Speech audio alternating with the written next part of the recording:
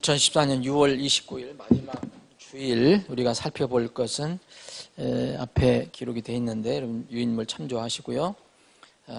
요한복음 2장에 보면 거기 잘 아시는 그 말씀이 나옵니다.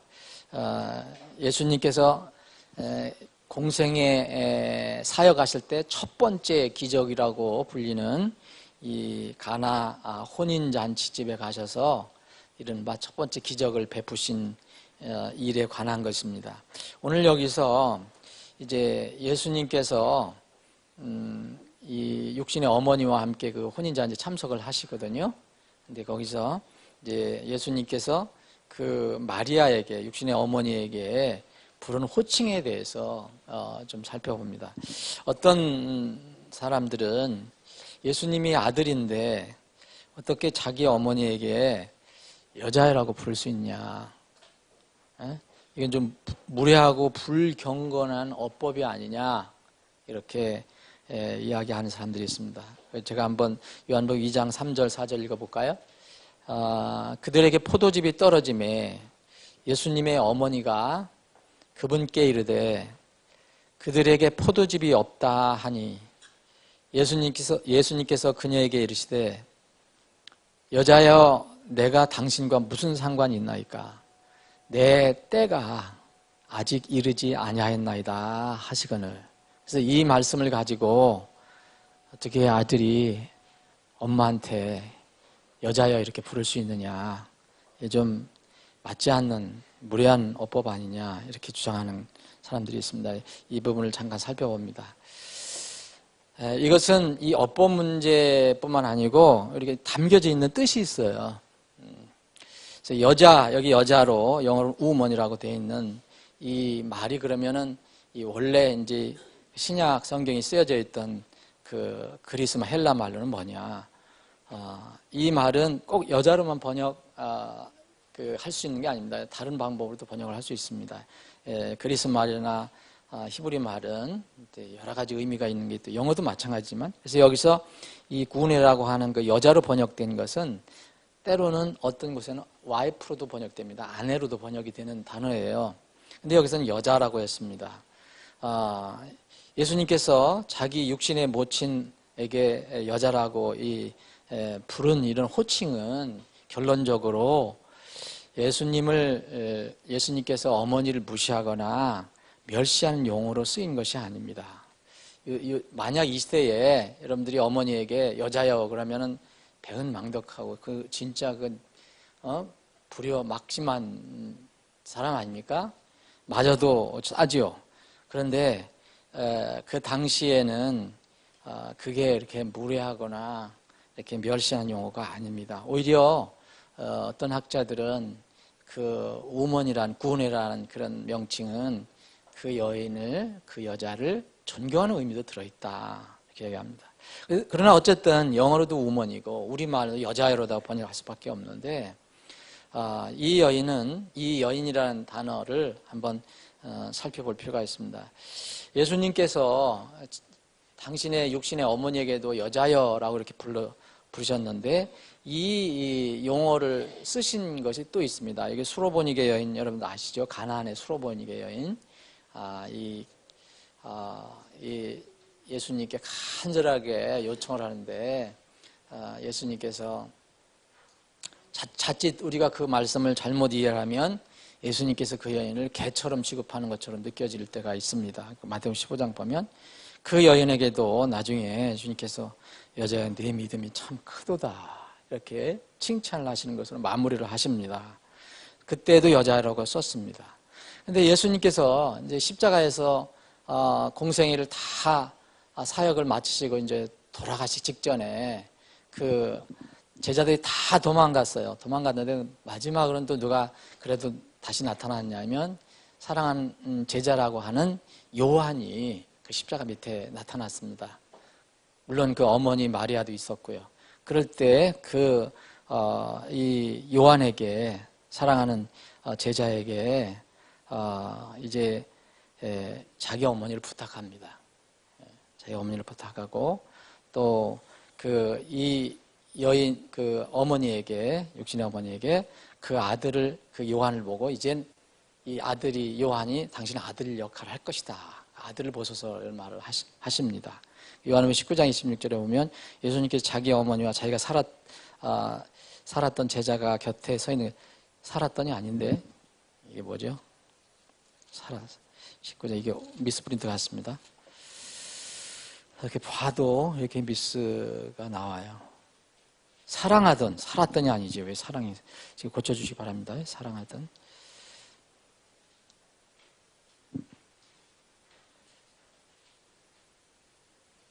사랑하던 제자, 이 사랑하던 제자는 이제 요한입니다. 서 있는 것을 보시고 자기 어머니에게 이르되, 어머니에게 또 얘기합니다. 여자요. 또 이렇게 얘기하십니다. 당신의 아들을 보소서. 그래서 예수님께서 이 가나안 혼인잔치에 예수님께 이렇게 이제 그 어머니에게 여자라고 부른 것은 그때뿐만 아니고 돌아가실 때도 이렇게 말씀을 하셨어요. 여자라고 또 부르셨습니다. 불경건하고 무례한 용어는 아닙니다. 그런데 여기에 또 의미가 들어가 있습니다. 예수님께서는 결코 지금 이 시대처럼 이 마리아 어느 그 조직에서는 이제 뭐 로마 카톨릭에서는 그렇게 하고 있는데, 로마 카톨릭에서 얘기하는 것처럼 그런 여인으로 보지는 않았다는 겁니다. 예수님께서 그걸 또 다시 증명해 주는 겁니다. 한 남편 요셉의 분명한 아내예요. 그리고 분명히 그 시대에 예수님의 육신의 어머니였습니다. 하나님께서 그 마리아를 예수님의 임마누엘의 도구로 쓰셨죠. 그래서 그 여인이 분명하게 경건하고 신실한 여인, 하나님 그렇게 택하셨다고 그랬잖아요. 천사들도 그렇게 얘기를 했고요. 분명하게 경건하고 신실한 여인은 분명한데, 그럼에도 불구하고 어떤 조직이나 대표적인 로마 카톨릭에서 얘기하는 것처럼 그렇게 사람 이상으로 높임 받을 그런 존재는 아니라는 것입니다. 여전히 그 마리아도 구원자가 필요한 존재입니다. 하나님께서 그 여인을 택해서 하나님의 몸을 입고 오시는데 쓰신 도구로 쓰임 받았지만, 여전히 도구로 쓰임 받았지만, 그럼에도 불구하고 그녀의 몸을 통해서 나오신 그 구원자의 은혜가 절대적으로 필요한 존재라는 겁니다. 그게 임마누엘을 낳으셨다고 해서 그게 면제가 되는 것은 아닙니다. 사람은 그런 사람들이 아무도 없습니다. 사람은 누구나 다 죄인입니다. 그래서 이 예수님께서 그 육신의 어머니를 통해서 이 땅에 오셨지만은 여전히 예수님의 그 십자가에서 피 흘리심과 죽으심의 대속사역이 절대로 필요한 죄인이었던 한 사람이었다. 이걸 잊지 말아야 합니다. 경건하고 신실한 여인이었지만, 다른 말로 하면 그 여인도 구원자를 낳았지만 구원이 필요한 그런 여인이었다. 그런데 이런 것을 우리가 인간의 어떤 정서로만 이렇게 생각을 하다 보면 어떻게 감히 우리 그 예수님의 어머니를 그렇게 얘기할 수 있겠느냐. 그래서 높이려고 하는 그런 노력을 합니다. 그래서 로마 카톨릭에서는 이제 처음에는 그러지 않았지만 이 세월이 지나가면서 오랜 기간 동안에 이렇게 됐어요. 이 마리아를 하루아침에 갑자기 올린 게 아닙니다. 시간이 이렇게 지나면서 마리아를 점점 올렸는데, 로마 카톨릭에서는 마리아를 뭐라고 합니까? 평생 동정녀라고 합니다. 지금도 그렇게 믿습니다. 그게 평생 동정녀라는 것은 그때 한번 예수님을 낳으시고 난 뒤에 절대 동정녀로 살으셨다는 거예요. 처녀로 살았다는 거예요. 이걸 다 믿고 있어요. 근데 성경을 조금 읽어보면 금방 그게 거짓이라는 게 드러나는데도 여전히 믿지를 않습니다. 그러니까 말씀 중심으로 우리가 신앙생활을 하지 않으면 항상 넘어지게 돼 있어요. 말씀 중심으로 하지 않으면 어떤 경우든 이 말에 속지 않으면 저 말에 속게 돼 있어요. 이 종교에 안 빠지면 저 종교에 빠지게 돼 있고요. 그래서 평생 동정녀라고 믿습니다. 그리고 심지어는 죄 없는 상태에서 잉태했다는 그런 주장을 합니다. 그래서 그게 이제 무염시태, 무염무태 이런 얘기를 하는 거예요. 아무 몸에 아무 결점도 없고 죄도 없고 정말 완전한 상태에서 자기가 이렇게 예수님을 잉태했다라고 얘기합니다. 그런 존재로 만들었습니다. 그래서 이제 어느 정도까지 올렸냐면 하늘에 있는 모후다, 하늘의 왕후다라고 얘기합니다. 하늘의 왕후.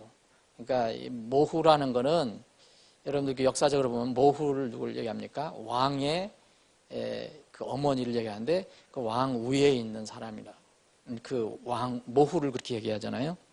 하늘의 왕후의 신분까지 높여졌습니다. 이게 지금 이제 로마 카톨릭에서 얘기하는 마리아의 그런 위상입니다.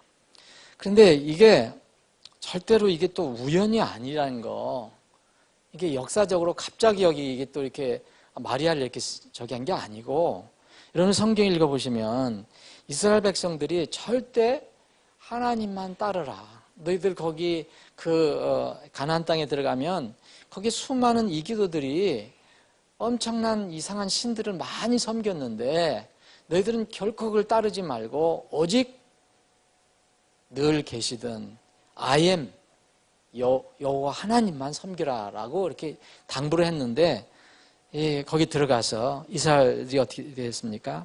많이 이렇게 패역을 했잖아요. 그런데 제일 타락한 것이 뭐냐면 하나님을 믿으면서 이렇게 실행적으로 타락한 경우도 있지만 아주 송두리째 하나님을 버리고 이게도 신을 따른 때가 있었어요. 가장 어두운 시대죠, 이런 때가. 그래서 이스라엘은 이기도들이 그렇게 믿는 것이 그렇게 좋아 보였는가 봐요. 그래서 그 우상, 그들이 믿었던 신들을 많이 섬겼습니다. 신들, 그 섬긴 신들 다 저기 할 수가 없어요. 다 얘기할 수가 없어요. 근데 그 중에 하나가 뭐가 있냐면 하늘의 왕후라는 신이 있었어요. 이름 자체가 하늘의 여왕이에요. 여왕, 하늘의 여왕, 하늘의 왕후. 이 신을 섬겼어요. 영어는 퀸 오브 헤븐이라는데 실제로 여기 나오는 겁니다. 여러분 예레미야를 한번 잠깐 보실래요? 예레미야. 예레미야 대언자가 왜 울면서 이스라엘 백성에게 이렇게 늘 한탄하며 외쳤는가?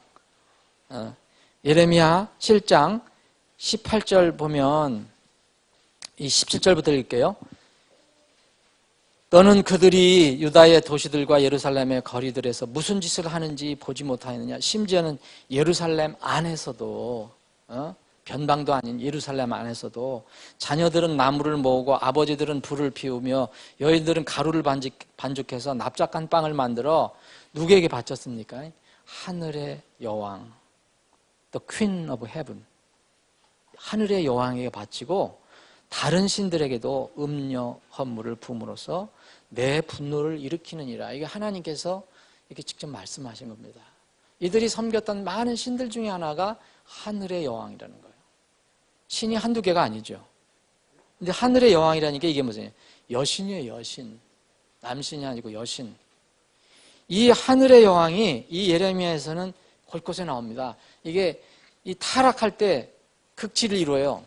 예레미야 44장 거기 있는 거 보시면 또 44장 17절에 보면 무엇인지 우리 입에서 나가는 것을 반드시 이행하여 우리가 행하던 대로 곧 우리와 우리 조상들과 우리 왕들과 우리 통치자들이 유다의 도시들과 예루살렘의 거리들에서 행하던 대로 하늘의 여왕에게 분향하고 그 여왕에게 음료 헌물을 부으리라. 이게 굉장히 방만하게 지금 교만해서 지금 하나님을 대적하는 그런 이야기를 하는 겁니다. 그때는 우리가 양식을 풍성히 소유하고 일이 잘 되어 아무 재난도 보지 아니하였으나 우리가 하늘의 여왕에게 분향하고 그 여왕에게 음료 헌물 붓는 일을 그만둔 뒤부터는 우리에게 모든 것이 부족하고 우리가 칼과 기근으로 소멸되느니라. 모든 자기들의 잘못을 하늘의 여왕에게 경배하지 않았다는 이유를 다는 겁니다. 19절 보면 또 우리가 하늘의 여왕에게 분향하고 그 여왕에게 음료 헌물을 부을 때에 우리 남자들이 허락도 없이 그 여왕에게 납작한 방을 만들어서 그녀에게 경배하고 음료 헌물을 부었으리요 하니라. 그러니까 여기 이 뭐란 얘기하냐면요, 이거는 남자들이나 여자나 이 이 지도해야 될 남자들도 다 함께 이렇게 했다는 겁니다. 여기 25절도 마찬가지입니다. 하늘의 여왕에게 분양하고 그 여왕에게 음료물을 부리라. 이런 극치에 이제 그 타락에 빠지게 됩니다. 계속해서 17장은 그 예레미야 44장은 이걸로 정리를 하고 있어요. 이교도들의 신 하늘의 여왕, 이것은 전 세계적으로 이게 많이 이렇게 이런 신이 한 나라에서 또 다른 나라로 넘어가면 약간 변형은 되지만 그 변함이 없어요. 그런 신들이 세계에 많이 퍼진 게 바로 이른바 어머니와 아들 이런 그런 상이에요. 아니면 그런 신들이 참 많아요. 여러분들 보시죠. 심지어는 중국에도 있고 일본에도 있어요. 어머니와 아들에 관한 거는 상이 비슷하게. 그래서 그를 섬기는 사람들도 있습니다. 이런 그 하늘의 여왕은 아들을 품은 어머니, 곧 예수 그리스도께서 낳은 아들을 몸에 품은 그런 상 형식으로 해서 이름만 그렇게 해서 세계 곳곳에 많이 퍼져나가게 됐죠. 그래서 로마 가톨릭에서는 이 마리아를 신격화해서 이제는 그 무염수태한 성모다. 성모라는 것은 성모라는 게 뭡니까?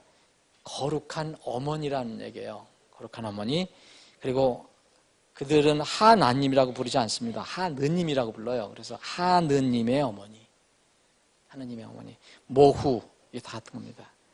이게 지금 이 시대에 똑같이 일어나는 이런 것들이 이교도들과 타락한 이스라엘이 이렇게 믿었던 그 하늘의 여왕 신과 무관하지 않아요.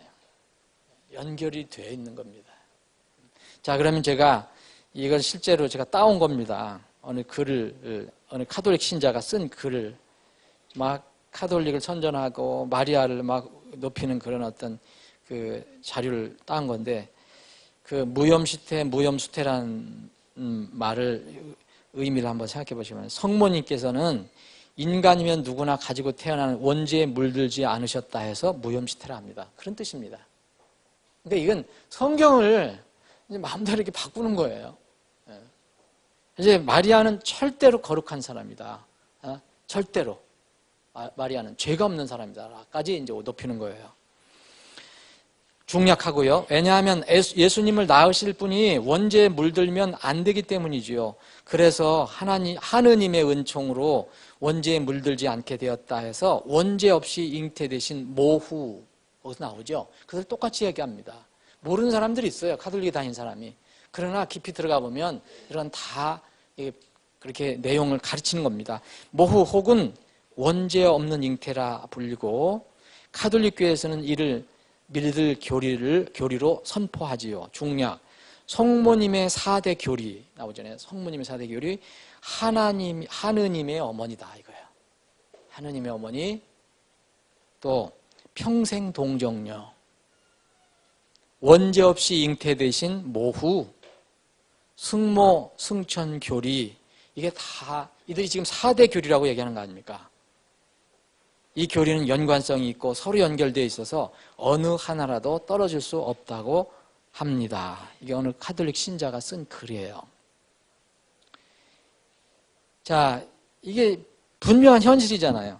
마리아는 다시 말씀드리면 경건한 여인이었어요. 하나님께서 택하신 경건한 여인이었어요. 정말 신실한 여인이었어요. 요셉도 인간적으로는 굉장히 훌륭한 사람이었어요. 근데 성경은 절대로 평생 처녀로 지냈다고 얘기하지 않습니다. 그녀는 마리아는 어떻게 됐습니까? 여러분 성경 읽어보시면 예수님께서 이제 오셔서 공생애를 시작하실 때 예수님의 가족하고 연결된 게 몇 번 나와요. 다른 사람들도 예수님에게 당신의 가족이 왔다, 당신의 어머니가 왔다라고까지 얘기를 하셨어요. 그 마태복음을 보면 예수님의 가족은 최소한 9명 이상이에요. 9명 이상. 그러니까 9명일 수도 있고 10명도 있을 수 있고 11명도 있을 수 있어요. 그러면은 이 성경은 그렇게 얘기하고 있는데 이게 마태복음 여러분들 한번 보세요. 이거 여러분들이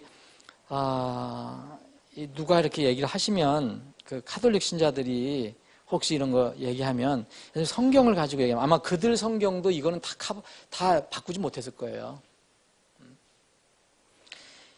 마태복음 거기 12장 46절을 보면 그분께서 아직 사람들에게 말씀하실 때 보라 그분의 어머니와 그분의 형제들이 그분과 말하기를 바라며 밖에 서 있더니 그때 한 사람이 그분께 이르되 보소서 선생님의 어머니와 선생님의 형제들이 선생님과 말하기를 바라며 밖에 서 있나이다 하거늘 그분께서 자기에게 말한 사람에게 응답하여 누가 내 어머니냐 누가 내 형제들이냐. 분명히 여기에 세상 사람들은 예수님이 가족이 있다는 걸 얘기하잖아요 지금. 그럼 한 13장을 한번 보세요. 13장 55절. 자, 예수님께서 고향으로 들어가셨어요. 고향에 들어가는데 예수님이 출신을 다 알아요. 고향 사람들은. 그래 얘기한다. 55절 보면 이 사람은 목수의 아들이 아니냐? 요셉의 아들이 아니냐 이거예요. 요셉이 목수였기 때문에. 그의 어머니는 마리아라 하지 아니하느냐? 분명히 맞잖아요. 이 세상 사람은 다 알고 있어요. 그의 동생들은 야고보와 요새와 시몬과 유다라 하지 않느냐? 이 동네 사람은 다 알고 있어요. 예수님 밑에 예수님이 이제 동정녀는 예수님을 낳으실 때까지 마리아는 동정녀였어요. 그건 맞는 거잖아요. 그래야지 동정녀가 되는 거잖아요. 성령께서 그렇게 해서 깨끗하게 오신 것이죠. 성령을 통해서.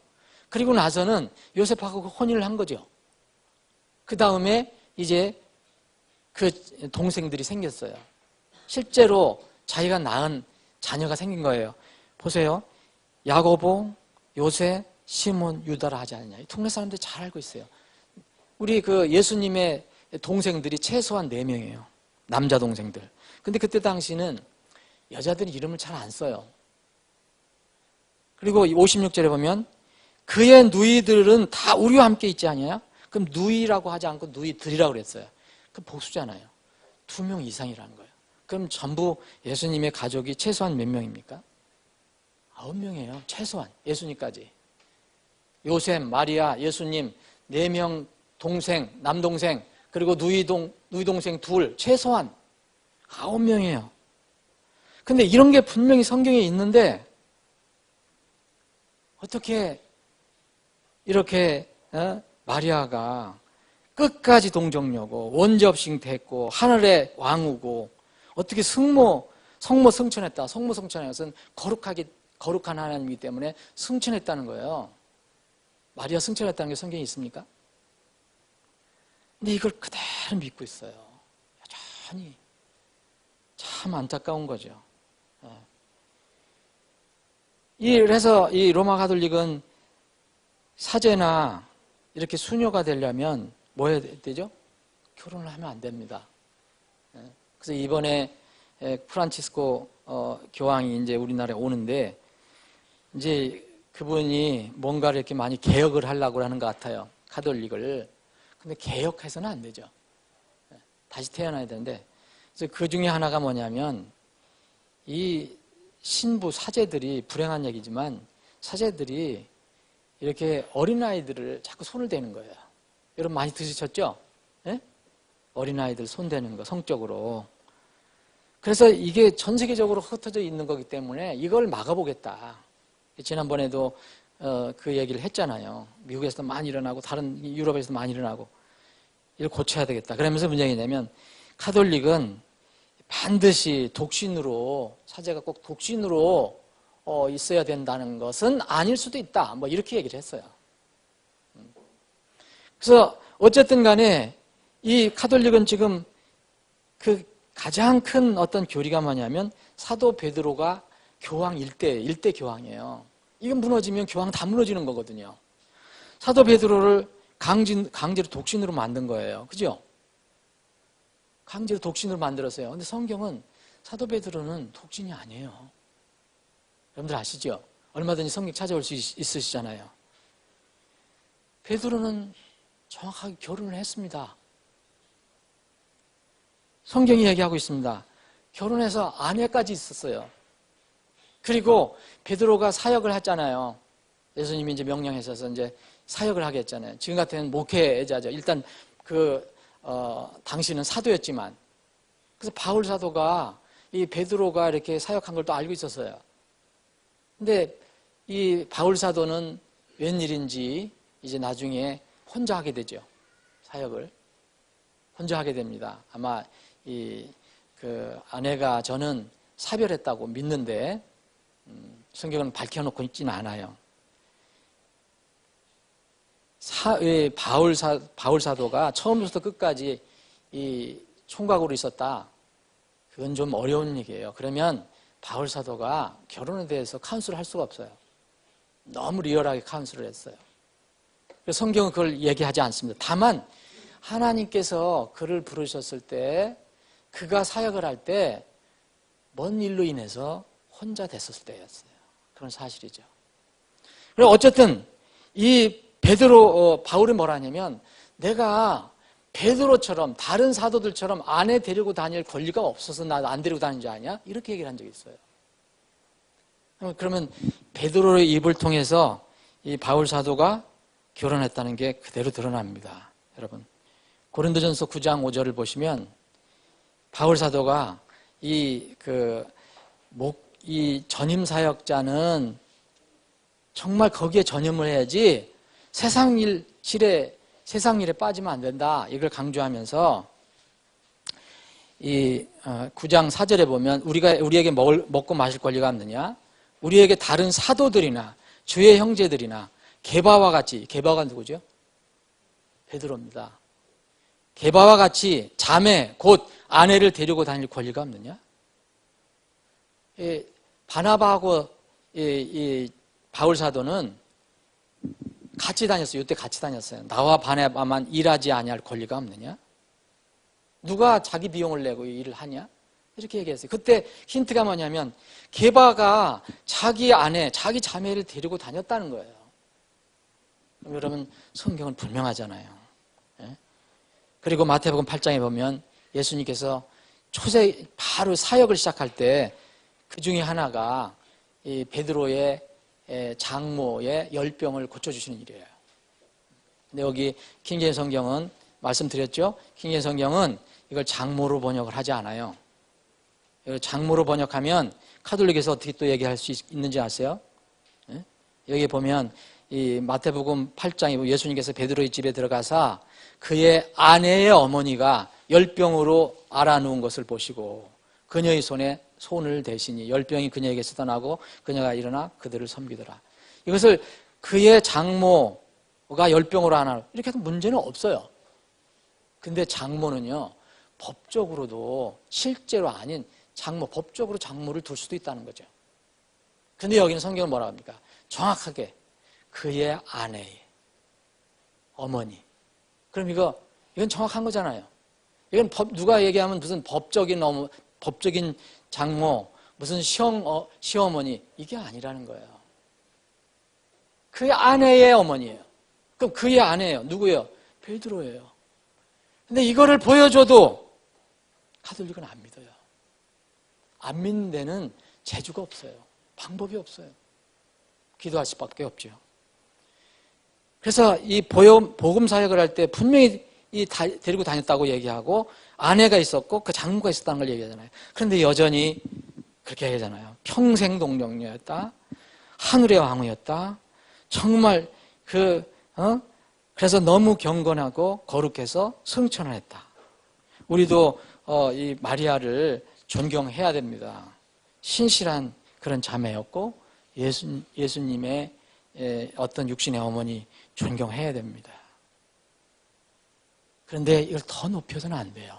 오늘 여자여라고 이렇게 물으신 말씀하신 것을 한번 생각해 볼 필요가 있다는 거죠.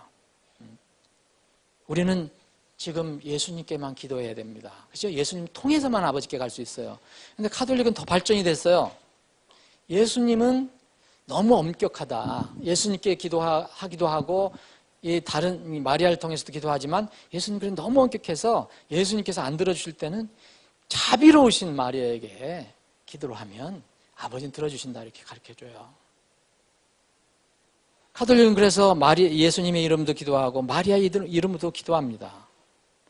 그 묵주 기도는 마리아 기도예요. 마리아에게 하는 기도예요. 근데 성경 어디에는 그런 게 없어요. 오직 예수예요. 예수님의 이름으로만 가요. 자, 오늘 여자여라고 한 부분을 그러면 다른 성경은 어떻게 하고 있는가? 제가 다 조사는 못 해봤어요. 제가 성경을 다 가지고 있지 않고, 또 아쉬운 것은 이 카톨릭에서 가지고 번역한 그 라임 성경이라는 게 있는데, 그거는 어떻게 번역했는지 그걸 살펴보지 못했는데 제가 없어요. 그런데 우리가 믿는 하나님께서 보존해 주신 성경, 그리스 수용 본문하고 킹제임스 성경은 예수님께서 마리아에게 여자야 한 거 그대로 가감없이 그대로 기록했습니다. 여자여라고. 왜냐하면 정확한 말씀이기 때문에 그래요. 우리가 인간의 생각을 거기다 덧붙이면 안 돼요. 근데 대부분의 현대 역본도 살펴보니까 대부분 여자로 번역은 돼 있어요. 그런데 제가 몇 개 가지고 있는 거 보니까 굿뉴스 바이블, 예? 여기 이제 좋은 성경, 또 좋은 성경 소식이라는 게 있어요. Today's English 버전이라는 거.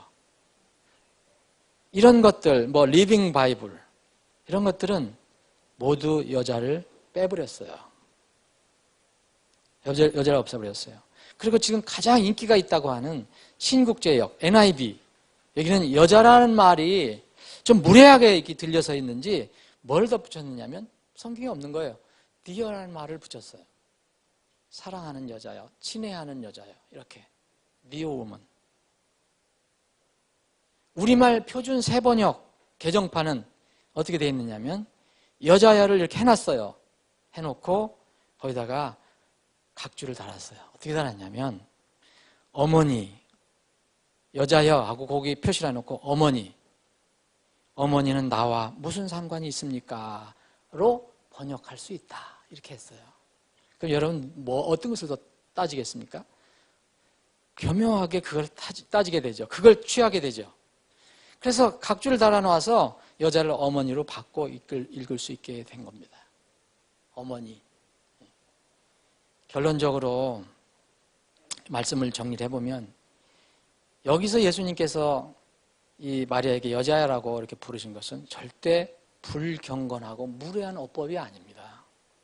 그럼에도 불구하고 이 마리아는 결코 사람이 생각하는 것처럼 그렇게 사람 이상의 존재로 높임받을 존재는 아닙니다. 마리아도 여전히 예수님의 피와 하나님의 은혜가 필요한 그런 사람입니다. 그래서 우리는 이 성경 말씀이 여자라 부르신 것은 예수님께서 부르신 것은 정말 이 마리아의 그 존재를 정확히 아시고 그렇게 부르신 것은 아주 적절한 호칭이다. 성경 말씀 그대로 적절한 호칭이다. 우리가 한번 생각해 봐야 될 것은 우리가 카톨릭에 대해서 이게 이제 여자라고 얘기하다 보니까 이 카톨릭에 대해서 얘기했는데 우리가 절대로 카톨릭 조직은 우리가 인정해서는 안 됩니다. 우리가 인정 안 한다고 해서 없어지는 건 아니에요. 그런데 카톨릭 조직이 안에 있는 사람들은 우리가 기도와 사랑의 대상이 되어야 된다는 거예요. 얼마나 안타까운 일입니까? 말씀을 알으면 깨우칠 수도 있는데 말씀을 모르니까 모르고 그냥 넘어가는 거예요. 그래서 기도가 그래서 필요합니다. 말씀을 전하고 우리가 기도할 이유가 여기에 있어요. 아버지 하나님, 오늘도 모이게 하시고 이 아침에 말씀을 나눌 수 있는 기회를 허락해 주셔서 감사합니다. 주님, 우리가 끝까지 말씀을 붙들고 진리 안에서 늘 기도하여 하나님의 진리 안에서 아직 서지 못하는 혼들을 위해서 저희들이 할 수 있는 대로 수고하는 우리 혼들과 우리 교회가 되게 하시길 간절히 원합니다. 아버지 하나님, 이 시간 이후로 진행되는 모든 절차도 주님 주장하시고 그 가운데서 영광 받아 주시옵소서. 거룩하신 예수님의 이름으로 기도합니다. 아멘.